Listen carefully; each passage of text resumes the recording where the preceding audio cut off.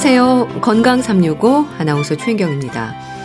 눈밑이 떨리기도 하고 얼굴 근육으로 경련이 느껴지기도 하고요. 한쪽으로 마비 증상이 오는 안면신경 마비도 있죠. 안면 경련과 안면신경 마비는 어떤 차이가 있을까요? 떨림이 주는 건강상의 위험 신호가 있는 걸까요? 오늘은 얼굴로 나타나는 증상들, 경련과 마비에 대해서 알아봅니다. 안면 경련과 안면신경 마비, 원인과 치료법에도 차이가 있는지 궁금한데요. 알아보겠습니다. 건강 365 태연의 만약에 듣고 시작하겠습니다.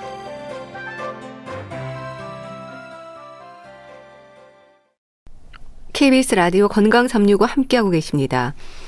얼굴이 떨리는 경련 증상이 있을 때도 있고 안면신경 마비로 얼굴 한쪽에 마비 증상을 느끼기도 합니다. 안면 경련과 마비는 원인이 다른 걸까요? 비교적 흔한 증상이지 않을까 싶은데요.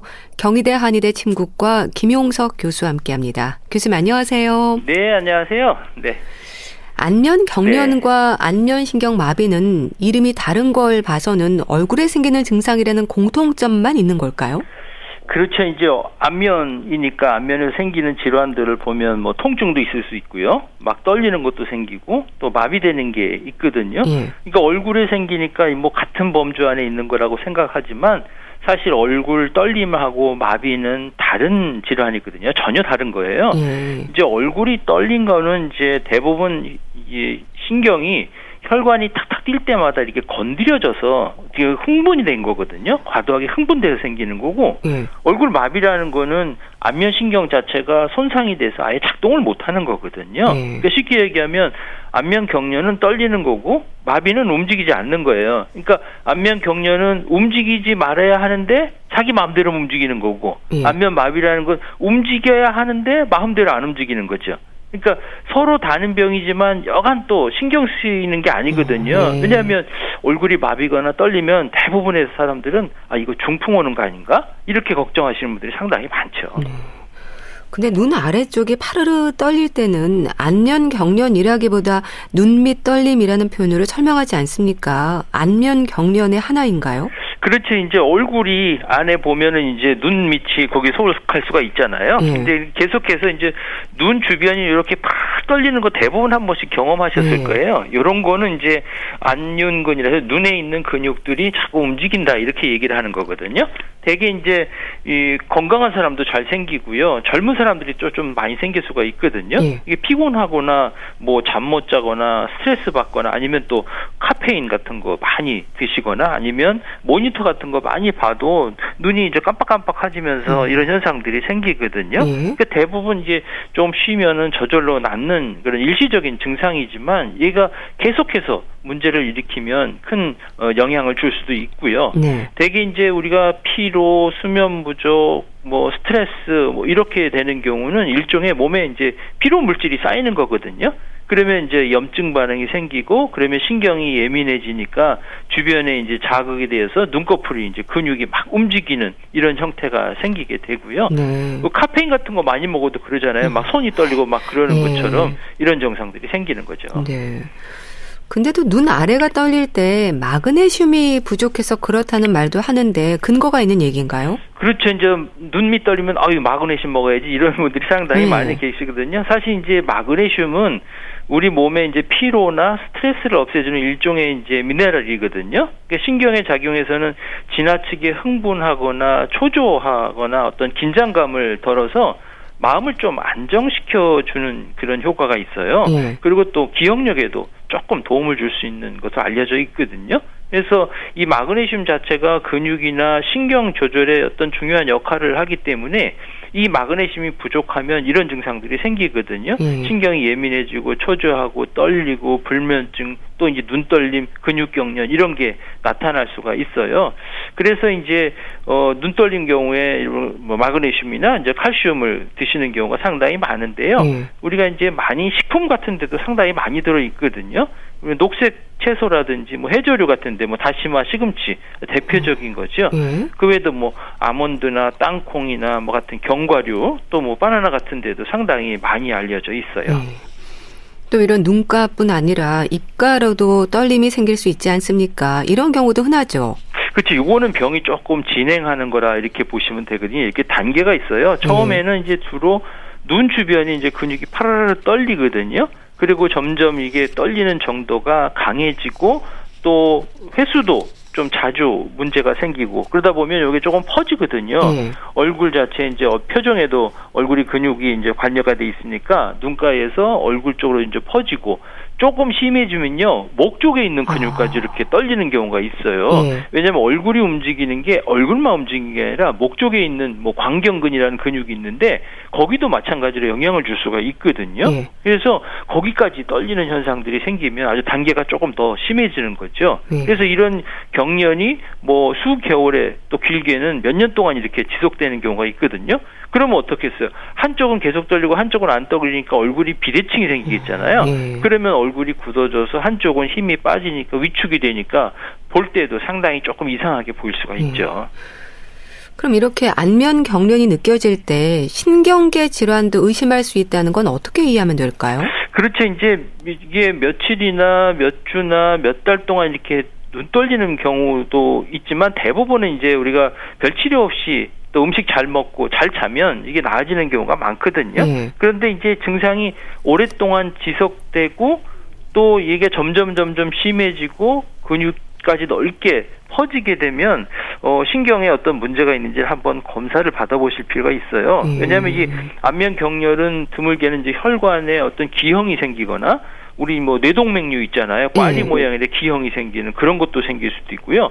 뇌종양에 의해서 신경이 압박돼서 생기는 경우도 있거든요. 그래서 이런 증상들이 뭐 쉬면 낫겠지, 또 뭐 잘 먹으면 낫겠지, 스트레스 덜 받으면 낫겠지 하다가 이걸 놓쳐버리는 경우가 많거든요. 그래서 이런 증상들이 회복되지 않고 지속적으로 심해지거나 넓게 퍼지면 이것이 눈에 문제가 있는 건지 또 말초신경의 문제인지 아니면 뇌의 문제인지를 확인해 볼 필요가 있고요. 우리가 눈이 조금 피곤해도 눈에 뭐가 끼어도 이렇게 눈이 깜빡깜빡하잖아요. 그런 경우도 있기 때문에 안과적인 문제가 있는지 아니면 뇌의 문제 있는지 말초신경의 문제 있는지를 좀 확인해 보실 것이 필요할 거라고 생각이 되네요. 네.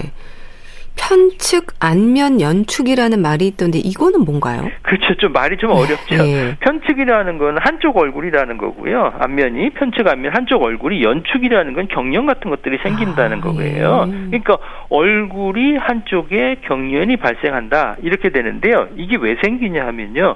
얼굴을 움직여주는 게 이제 안면 신경이라고 있거든요. 그 안면 신경이 뭔가 자극을 받아서 떨린다는 거예요. 그러면 이런 안면신경에 자극을 줄 수 있는 것은 주위에 있는 혈관이거든요. 혈관이 탁탁 뛸 때마다 이 안면신경을 건드리니까 이런 현상들이 생기니까 본인의 의지 없이 그냥 수시로 얼굴 근육이 떨리고 일그러지게 되거든요. 눈에서부터 시작해서 점점 눈이 감기고 입이 위로 딸려 올라가는 이런 증상들, 뭐 윙크하는 것처럼 이렇게 생길 수가 있거든요. 사실 이런 안면 경련 이런 환자가 국내에서만도 매년 한 3,000명 정도가 새로 발생한다고 이렇게 되고 있거든요. 또 통계적으로 보면 이 서양인보다는 동양인에게서 한 4배 내지 5배 정도 많이 발생한다고 알려져 있어요. 주로 보면 뭐 스트레스, 피로, 불안, 뭐 그다음에 모니터 같은 거 밝게 보고 뭐 스마트폰 또 운전할 때 이런 현상들이 생기게 되겠죠. 대개 이제 40대, 60대 중년들이 많이 발병하는 것으로 알려졌고 또 나이가 들면 점점 이제 신경을 압박하는 혈관이 길어지고 두터워지거든요. 그래서 이런 문제가 생길 수가 있어요.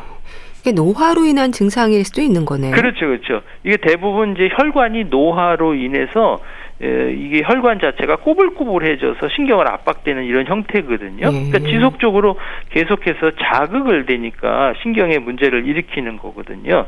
저는 이제 환자분들한테 이렇게 말씀을 드리는데 이게 혈관 자체가 너무 과부하가 생기니까 얘가 팽팽한 걸 유지 못하고 이렇게 축 처진다 이렇게 얘기를 하는데요. 예를 들면 이거예요. 빨랫줄 같은데 빨래를 많이 널면 어떻게 됐어요? 줄이 처지잖아요. 그러니까 혈관에 어떤 과부하가 생기면 혈관 자체가 이렇게 축 처지면서 그 옆에 있는 신경을 가까워지니까 이 신경이 가까워지면 혈관이 뛸 때마다 신경을 건드릴 거 아니에요. 그래서 문제가 생길 수가 있는 거죠. 근데 이게 너무 심해서 혈관하고 신경이 딱 붙어 있으면 이런 경우는 뭐 수술적인 요법도 생각을 해봐야 되겠죠. 그러니까 이렇게 노화가 될 수도 있고 또 뭐 과로에도 생길 수도 있고 잠을 잘못 자서 생길 수도 있고 뭐 드시는 거 잘못해서 영양이 부족할 수도 있고 이런 거 절관이 처지게 하는 것들이 바로 그런 요인들이 상당히 많이 관여하게 되는 거죠. 그럼 어떻게 보면 안면 연축이 혈관의 노화가 주된 원인이라고 한다면 치료법은 없는 건가요? 대개 이제 혈관이 노화가 되기 때문에 어떻게 보면 자연적인 치유는 드물죠. 그래서 오히려 이제 시간이 경과됨에 따라서 점점 횟수도 늘어날 거고 그 떨리는 정도도 더 심해질 거거든요. 그래서 적절하게 치료를 받지 못하면 이제 한쪽 근육은 잘 발달이 됐고 한쪽 근육은 또 비대칭으로 이렇게 나타날 수가 있어요. 근데 이제 너무 걱정할 필요가 없는 게 뭐냐면 사실 뭐 나이를 거꾸로 먹을 수는 없잖아요. 그러나 관리를 잘하면 어느 정도 증상이 호전되고 또 악화되는 것을 막을 수가 있거든요. 이제 한의학적으로 보면 안면 경련은 이 간의 상태가 좋지 않아서 생긴다 이렇게 보는 거거든요. 간이 이제 근육과 관련돼 있고 떨리는 것과 관련돼 있는 기관이에요. 그래서 스트레스나 과로 또 외부 자극에 의해서 발생한 것으로 볼 수 있거든요. 그래서 치료는 아무래도 원인이 될 수 있는 외부적인 어떤 자극이나 스트레스를 또 해소시켜주고 또 간의 기운들을 잘 회복시켜 줄 수 있는 이런 치료나 아니면 이제 근육이 많이 긴장돼서 생기는 경우가 많기 때문에 또 턱관절에 문제가 생길 수도 있고 그래서 혈액순환을 좋게 해주고 우리 몸의 불순물들을 제거시켜주는 이런 치료를 받으시는 게 좋죠. 좀 면역력을 높이는 방법들에 대해서는 어떻게 얘기가 될까요? 그렇죠. 면역력이 사실은 우리 몸의 모든 어떤 나쁜 기운들을 제거시켜주고 방어주고 빨리 치료해주는 그런 효과를 나타낼 수가 있거든요. 또 안면 경련도 마찬가지로 체력이 떨어지면 과로하면 이런 문제가 생길 수 있으니까 사실 만병의 근원이고 또 피로를 회복시켜주는 거에 면역력을 상당히 높여줄 수가 있거든요. 그래서 이런 안면 경련을 예방하기 위해서는 크게 보면 이제 생활 습관을 개선시켜줘야 되고요. 또 안면 근육을 운동을 같이 하시는 게 좋아요. 혈액순환을 좋게 해주기 위해서. 그래서 생활 습관들을 개선시켜서 면역력을 높여줄 수 있는 것은 첫 번째가 이제 스트레스가 문제가 생기거든요. 그러니까 지나친 스트레스하고 지나치게 긴장하는 것들을 좀 피하시고 또 피로가 만병의 근원이니까 피로가 쌓이지 않도록 그때그때 해소해 주시고 또 고혈압이나 당뇨나 뭐 고지혈증이나 이런 생활습관병들 이런 것들을 잘 관리해 주시고 또 커피나 흡연 이런 것들 피하시고 뭐 비타민이 많은 이제 과일 같은 거 식품을 많이 드시는 것이 면역력도 높아지고 또 생활습관을 개선시켜서 안면 경련을 예방하는 데 도움을 줄 수가 있지요. 자, 그럼 말초성 안면신경마비에 대해서는 또 어떻게 설명이 되나요? 일반적으로 생각하는 안면신경마비와는 다른 건가요? 그렇죠. 안면신경마비는 이제 말초성하고 중추성 이렇게 두 개가 이렇게 예볼 수가 있거든요. 이제 얼굴 신경이 마비되면 대부분 중풍 아닌가 생각이 되고 왜냐하면 뇌와 가까운 부분이니까 중풍처럼 생각하시는 경우가 많거든요. 이런 경우는 이제 말초성인 경우하고 중추성인 경우 그러니까 단순하게 생기는 벨마비라고 해서 생기는 말초 거죽에 있는 신경과 그다음에 뇌에서 중풍이라고 알려준 뇌에 문제가 생기는 경우가 있거든요. 그래서 말초성 안면신경마비는 그냥 특발성으로 생기는 일종의 감기 같은 바이러스가 들어가서 얼굴 신경 자체에 문제를 일으키는 거고요. 또 그 외에 반대적으로 중추성인 경우는 중풍에 의해서 우리가 팔다리 마비되는 거 있잖아요. 좀 마찬가지로 얼굴을 뿐만 아니라 이제 팔 다리까지 마비되는 이런 증상들 편마비가 생길 수가 있거든요. 그래서 큰 안면신경 안에는 뭐 말초성도 있고 중추성도 있는 거죠. 그럼 구안와사, 이제 와사풍으로도 불리는 안면신경마비에서도 경련이 증상일 수 있습니까? 안면마비는 사실은 경련하고 좀 관련이 없고요. 단지 이제 후유증 같은 경우 생길 수는 있어요. 이제 구안화사라는 것은 뭐냐면 눈과 또 입이 삐뚤어졌다라는 거고요. 와사풍이라는 거 와사라는 게 삐뚤어졌다는 거고요. 풍이라는 거는 뻣뻣하고 마비감이 생긴다는 거예요. 그러니까 얼굴이 뻣뻣하고 마비가 생기는 것들을 표현하기를 예전에는 이제 그런 형태로 표현했고 현대 이제 해부학이 발달되면서는 이제 안면신경에 문제 있으니까 안면신경 마비다 이렇게 얘기를 했는데요. 이제 안면신경 마비는 마비가 되는 거잖아요. 움직임이 없는 건데 경련은 자발적으로 막 과흥분돼서 움직이는 거죠. 이런 경우는 서로 다른 병이지만 안면마비에 있는 후유증으로 생기는 경우에 좀 떨리는 현상들이 생길 수가 있어요. 뭐 후유증에 여러 가지가 있지만 뭐 악어 눈물을 해서 눈물도 있고 한쪽이 움직이지 않으니까 구축되기도 하고 떨리기도 하는 이런 현상들이 생길 수가 있죠. 네. 그럼 또 말초성 안면마비와 중추성 안면마비에 대한 분별이 필요하겠어요. 그렇죠. 이제 치료 방향이 서로 틀리기 때문에 그렇고 예후도 틀려지기 때문에 그렇거든요. 그러니까 대부분은 안면마비가 오면 불안해서 이게 중추성이다 생각하고 오시는 분들이 상당히 많아요. 그래서 이제 관찰을 해보고 또 진찰을 해보고 이거는 중풍이 아니고 말초성으로 생기는 안면마비입니다라고 이야기하면 설명하는 저한테 오히려 고맙습니다 이렇게 얘기하시는 분들이 상당히 많거든요. 이제 중추성인 경우는 어떻게 구분하느냐 하면은 이마에 주름이 생기느냐 안 생기느냐를 볼 수 있어요.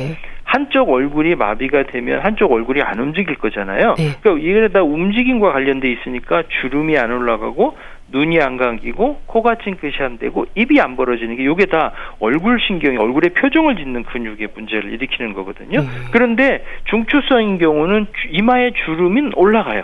근데 그 밑에 있는 부분이 마비가 되는 거죠.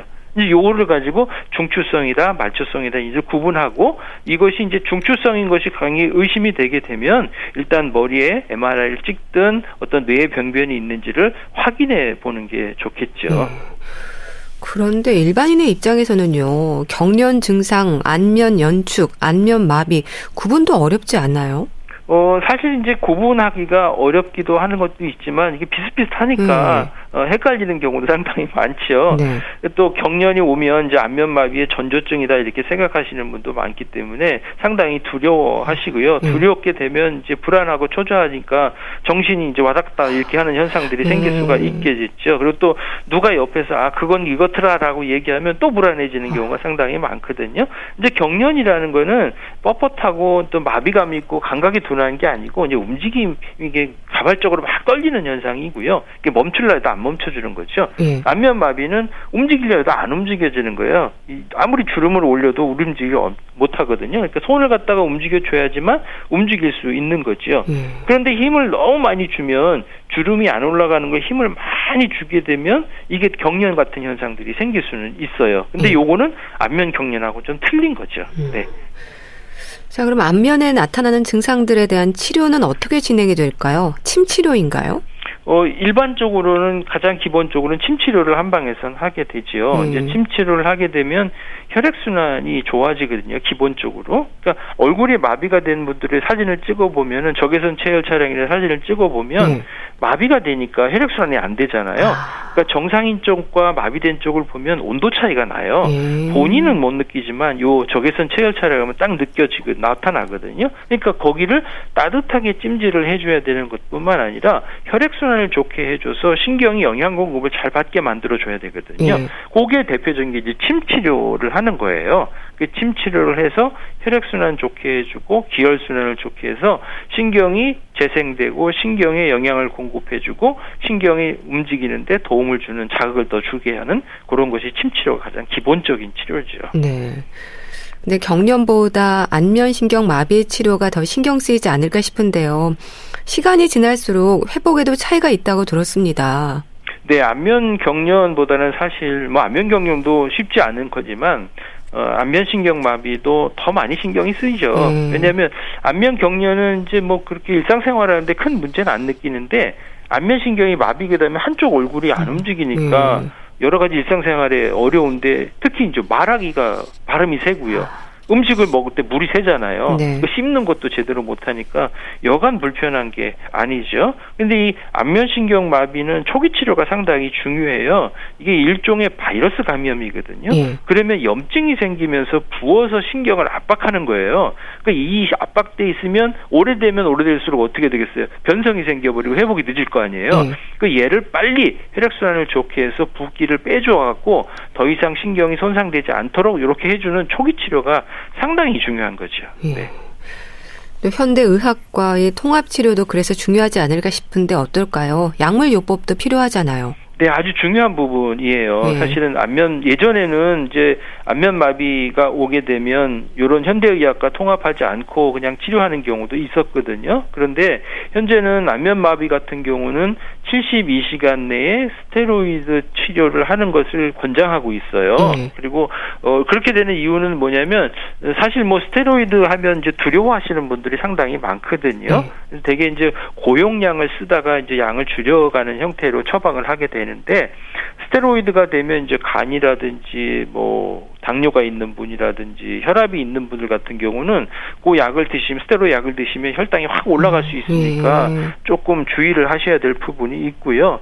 그렇지만 요 안면 마비가 생겨서 급성적인 경우는 72시간 내에 스테로이드를 쓰는 게 안면신경이 부어있는 것들을 조금 줄여주거든요. 그러면서 신경을 회복하는 데 상당히 도움을 주고요. 그렇게 되면 안면마비의 대표적인 합병증 같은 거, 연합운동 같은 거 있잖아요. 그러니까 식사를 할 때 눈이 감기거나 또 반대로 눈이 이마를 움직일 때 입이 저절로 움직이는 이런 현상들이 연합운동인데 이런 것들을 최대한 줄일 수가 있고요. 이거에서 신경 변성들을 어떻게든지 좀 최소화할 수 있는 그런 역할을 하기 때문에 이런 경우는 이제 현대의학과 같이 통합치료 하시는 게 좋을 것 같습니다. 한의학에서의 약침 같은 경우는 어떤 효과를 또 기대할 수 있을까요? 약침이라는 것은 이제 치매 치료뿐만 아니라 약물 치료를 같이 병행하는 거거든요.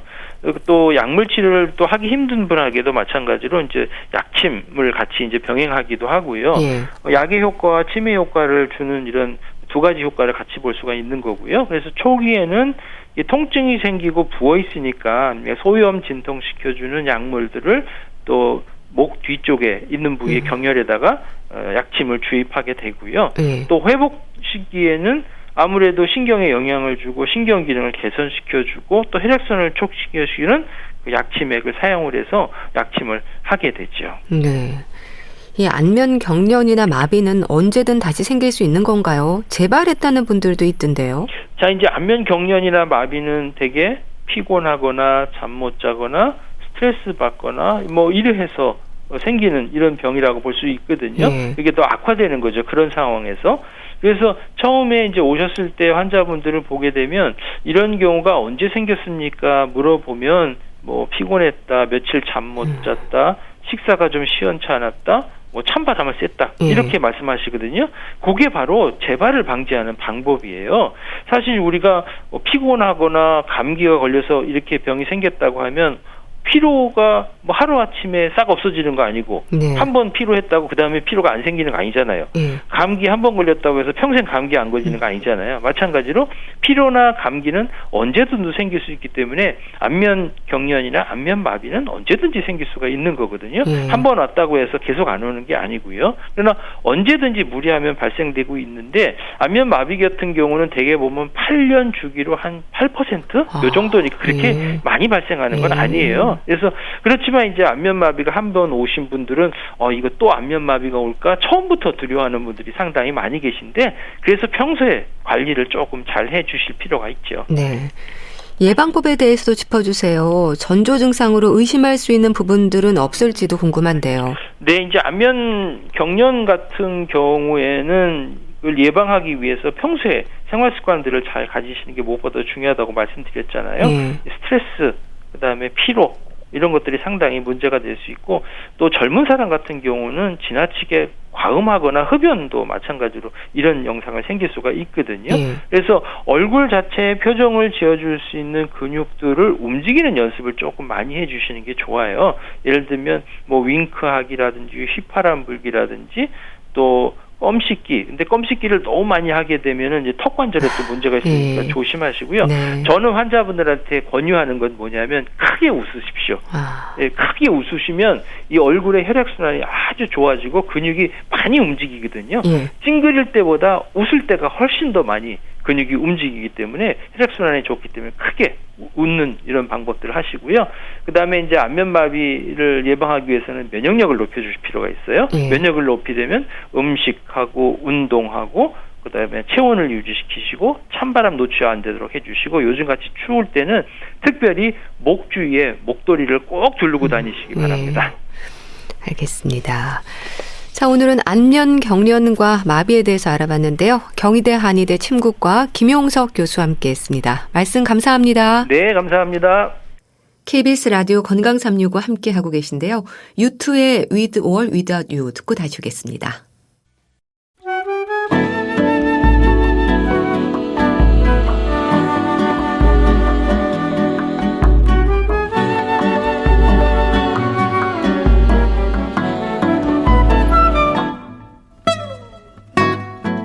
건강한 하루의 시작. KBS 라디오 건강 365 최윤경 아나운서의 진행입니다.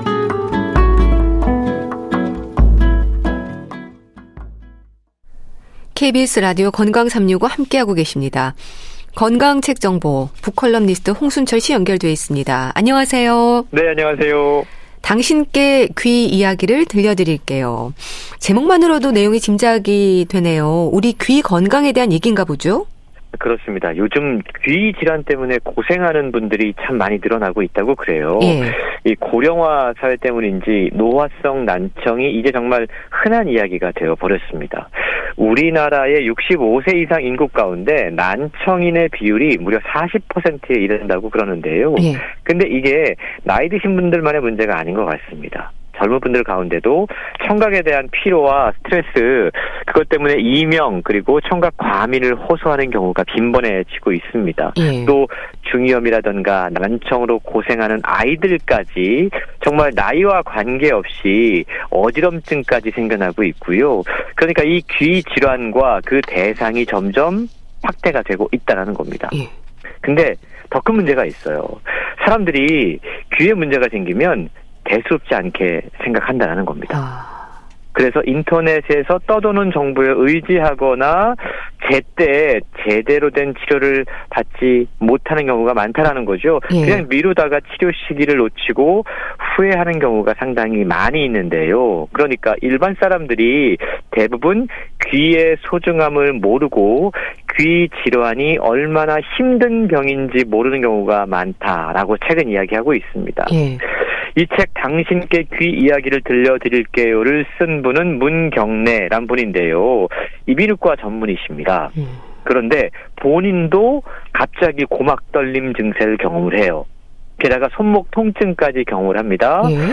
의사에서 비로소 환자의 입장이 되어보고 나서 어떻게 이 고통을 잘 설명할 수 있는지 제대로 알게 됐다라고 이야기하고 있는데요. 예. 그래서 책을 통해서 자신의 통증 경험을 비롯해서 지난 10여 년 동안 난청, 이명, 청각 과민증, 어지럼증, 만성 중이염, 또 선천성 귀 기형에 이르기까지 다양한 귀 환자들을 진료하고 수술해온 이야기들 그리고 친절한 설명들을 해주고 있습니다. 그러게요. 당신께 귀 이야기를 들려드릴게요. 제목부터 친절하네요. 특히 이비인후과 의사인 저자도 귀 질환을 경험하셨다고 하니까 환자 입장에서 좀 더 잘 이해하는 부분도 있겠습니다. 그렇습니다. 저자가 이비인후과 전문이거든요. 예. 그러니까 귀 질환 전문인데요. 방문학자로 미국으로 건너가게 됐다고 그래요. 예. 근데 거기에서 예기치 않게 코로나가 시작이 됩니다. 제대로 공부도 못하고 고립되어 지내게 돼요. 그때 이유를 알 수 없는 손목 통증이 찾아왔고 고막 떨림이 찾아오게 됩니다. 그래서 환자의 입장이 되어보는 경험을 했고 진료실에서는 알지 못했던 진료실 밖에서의 환자의 괴로움을 알게 됐다라고 전하고 있는데요. 예. 그러면서 블로그에 글을 올리기 시작합니다. 자신의 어떤 진료 경험이라든가 통증에 대한 이야기들을 나누기 시작한 게 책이 된 건데요. 각종 귀 질환 정보라든가 진료실에서 만났던 환자들의 이야기, 또 통증 때문에 괴로웠던 시간의 이야기, 이걸 어떻게 이겨냈는지를 함께 책을 통해 이야기를 하고 있습니다. 예. 무엇보다 현대인들 가운데 요즘 이명으로 고생하는 분들이 정말 많이 있다고 그럽니다.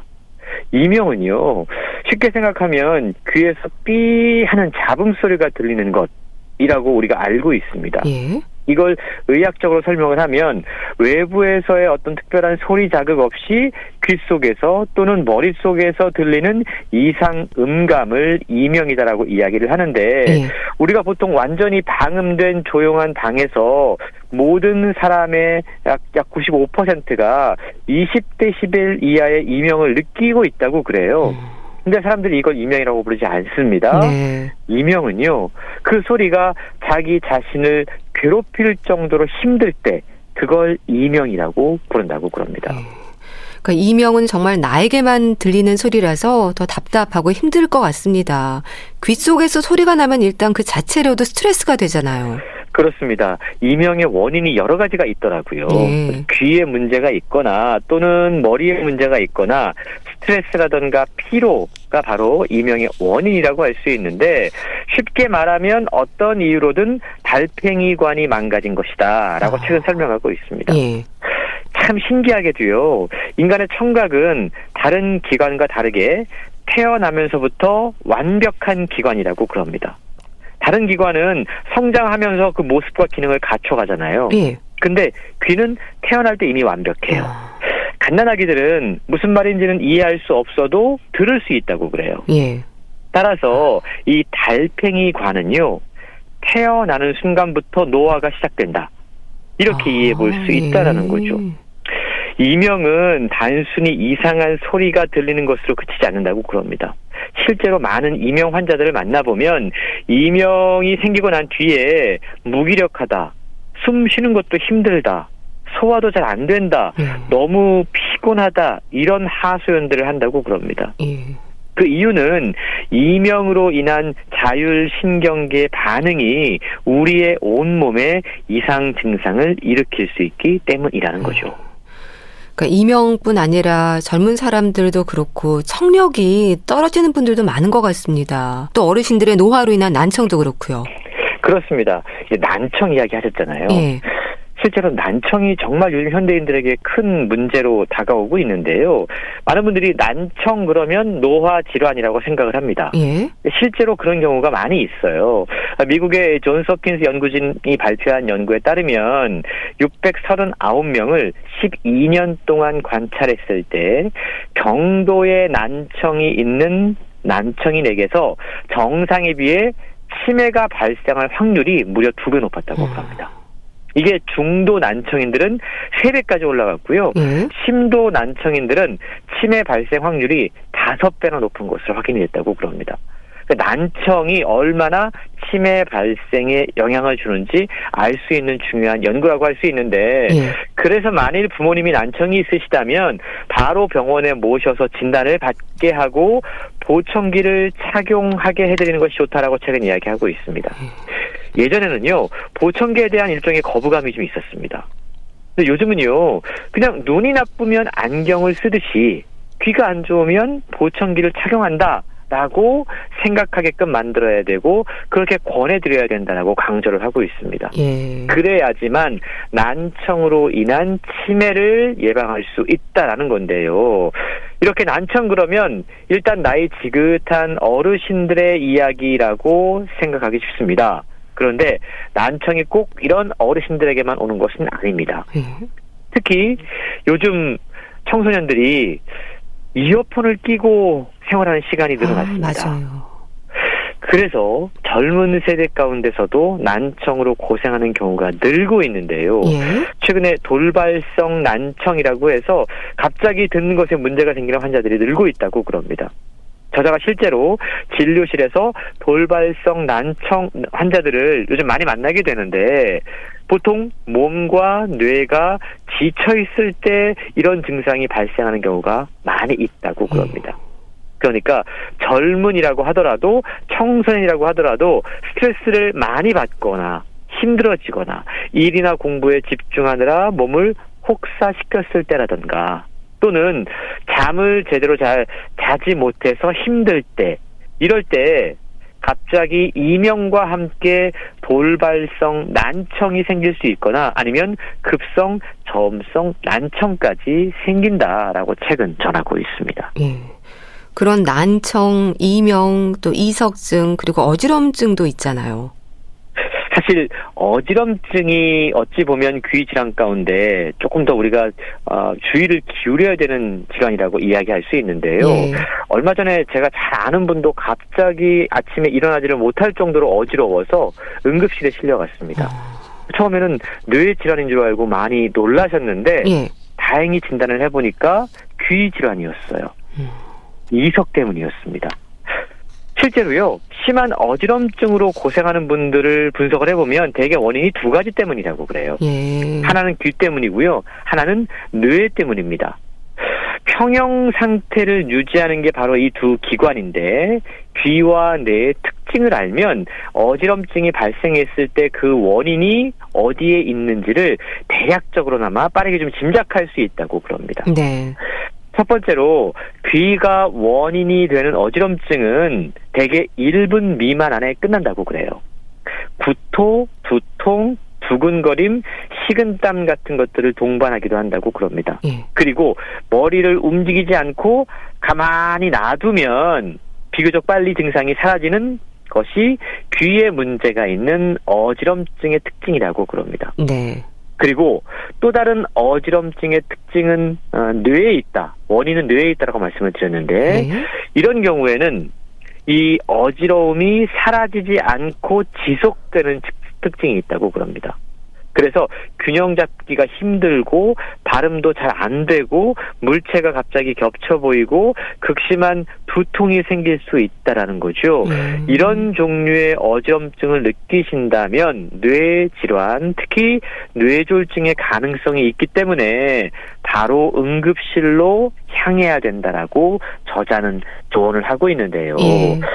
귀가 원인인 어지럼증, 더 구체적으로 그 원인은 이석증 때문인데요. 네, 국민건강보험공단의 발표에 따르면 2018년에 우리나라의 이석증 환자가 37만 명, 1년 동안 전 국민의 0.9%가 이석증으로 진료를 받았다고 그럽니다. 이게 2018년 통계니까 아마 최근 통계가 나온다면 훨씬 더 많은 분들이 이석증으로 고생하고 있다라는 걸 확인해 볼 수 있을 것 같은데 이 이석증이 왜 생기냐면 우리 귀 안에는 듣기를 담당하는 달팽이관이 있습니다. 그리고 균형을 담당하는 평형기관이 있다고 그래요. 근데 앞서 우리가 달팽이관에 이상이 생기면 이상한 소리가 들린다라고 말씀을 드렸죠. 이명. 그런데 평형기관 문제가 생기면 이석증이 생기는 겁니다. 그 이유는요, 우리 귀 안에 있는 평형기관에는 돌이 잔뜩 들어있는 주머니 2개가 있다고 그래요. 그런데 이 주머니에서 돌들이 어떤 이유로든 떨어져 나오게 되는데 그래서 이걸 우리가 이석증이라고 부르고 이 문제 때문에 의외로 많은 분들이 고생을 한다라고 책에 소개가 되고 있습니다. 잘 안 들리는 것뿐 아니라 그런 여러 가지 증상들이 생기면 일상이 아무래도 불안한데요. 귀 건강에 있어서 오해도 많지 않나요? 그렇습니다. 사실은 저도 책을 읽고 저의 이 습관을 한번 생각을 해봤는데요. 귀 건강과 관련해서 우리가 착각하고 있는 것이 바로 귀지에 대한 문제입니다. 귀지 그러면 일단 지저분하다 라는 생각이 들잖아요. 어떻게든 파내고 막 면봉 가지고 또 혹은 뭐 귀이개 가지고 막 파내려고 합니다. 근데 최근요, 귀지는 없어서는 안 될 소중한 존재다. 왜냐하면 귓구멍에 얇은 피부 위를 살짝 덮어주어서 연약한 피부를 보호해주는 역할을 하기 때문이다라고 이야기를 하고 있습니다. 귀지는요, 사람마다 양상이 다르다고 그럽니다. 아주 마른 상태로 한 겹 귓구멍 안쪽을 덮고 있는 경우도 있고요. 또 부스러기처럼 어떤 사람들은 귀지가 많이 생기는 경우도 있고 또 어떤 사람들은 습하고 눅눅한 귀지도 있다고 그럽니다. 근데 우리가 귀지 그러면 사실은 우리의 이 귀에 상당한 보호 기능을 하는 역할이 있음에도 불구하고 무조건 더럽다고 생각을 하고 자꾸만 이걸 파내고 제거하려고 한다라는 거죠. 목욕탕에 가면 면봉을 그냥 어떻게든 깊숙이 집어넣고 깨끗이 닦아내려고 하고 있습니다. 근데 문제는 이런 행동들이 귓구멍에 피부를 덮어주는 소중한 귀지를 자꾸만 느껴내는 일이기 때문에 연약한 귀 속의 피부에는 매우 안 좋다라고 최근 설명을 하고 있다는 겁니다. 그리고 좀 귀가 좀 답답할 때 그런 습관 갖고 있는 분들이 있습니다. 면봉으로 자꾸 귀를 이렇게 후비는 분들. 맞아요. 예. 근데요, 이 면봉이 겉으로 볼 때는 하얗고 깨끗해 보입니다. 근데 실제로 면봉 가운데 세균이 많이 묻어있는 면봉이 많이 있습니다. 이게 병원에서 깨끗하게 소독한 경우가 아니라면 세균에 이미 감염되어 있는 그 면봉을 오히려 귀 속에 집어넣어서 우리 귀 속에다가 세균을 넣고 있다라고 생각해 볼 수 있다라는 거죠. 그리고 더 심각한 경우가 있는데요. 깨끗하게 좀 귀 안을 청소하려고 면봉으로 막 귀를 후비다가 면봉이 부러지는 경우가 있다고 합니다. 실제로 저자도요, 진료를 보다가 면봉이 귀 속에 꽂혀 있는 채로 병원에 찾아오는 분들이 많이 있다고 그래요. 그렇군요. 면봉 솜이요, 이게 사실은 그렇게 깨끗한 게 아니고 또 그걸 가지고 이게 부드러워 보여도 우리 귀 속의 피부가 너무 민감하기 때문에 솜을 가지고 세게 후비다가도 이게 외이도에 상처를 낼 수 있다고 그럽니다. 그 상처를 통해서 면봉에 있던 세균이 피부 속으로 침투하게 되면 많은 분들이 앓고 있는 그 중이염이라든가 외이도염이라든가 이런 문제들이 생겨날 수 있다는 거죠. 생각보다 그래서 중이염이라든가 외이도염이 생겨나는 이유는 면봉 때문인 경우가 많다라는 점도 우리의 생활 습관을 한 번쯤 되돌아봐야 되는 그러한 이유인 것 같은데요. 그래서 저자는 건강한 귀를 위해서는 최대한 귀를 만지지 말 것, 귀 속을 만지지 말 것을 기억하라라고 전하고 있습니다. 네. 책에서 많은 정보들을 이제 알려주시는데요. 저자가 가장 중요하게 강조하고 싶은 부분이 뭘까요? 일단 귀의 문제를 너무 대수롭지 않게 생각하지 마라. 라는 겁니다. 그리고 앞서 제가 말씀드린 것처럼 사실 저도 그렇거든요. 살다 보면 가끔씩 귀에 윙하는 소리가 들리기도 하고 귀가 가렵기도 하고 앞서 급성, 저음성 난청이라고 했는데 우웅 하는 낮은 울리는 소리 같은 것들이 들리기도 합니다. 근데 그럴 때 잠깐 그러고 말겠지라고 생각하고 그냥 지나치는 경우가 상당히 많이 있는데요. 그게 사실은 우리 귀 건강에 있어서는 가장 안 좋은 거라는 거죠. 귀도 늘 자주 그리고 정기적으로 검진을 받는 것이 좋고 우리가 이비인후과는 종종 찾아가지 않습니까? 그럴 때 귀 속도 한번 들여다보는 습관을 가지는 것이 좋다라고 이야기를 하고 있는데 우리가 코 때문에 비염 때문에 병원 찾아갈 때 귀에도 한번 기왕 한번 진료해 주세요. 이렇게 이야기하면 평소에 귀 건강을 잘 유지할 수 있다라고 이야기하고 있습니다. 네. 최대한 만지지 말라, 자극하는 게 안 좋다는 것도 기억을 하셔야겠네요. 당신께 귀 이야기를 들려드릴게요. 잘 들었습니다. 북컬럼니스트 홍순철 씨였는데요. 감사합니다. 고맙습니다. 존박의 이상한 사람 보내드리면서 인사드릴게요. 건강365 아나운서 최인경이었습니다. 고맙습니다.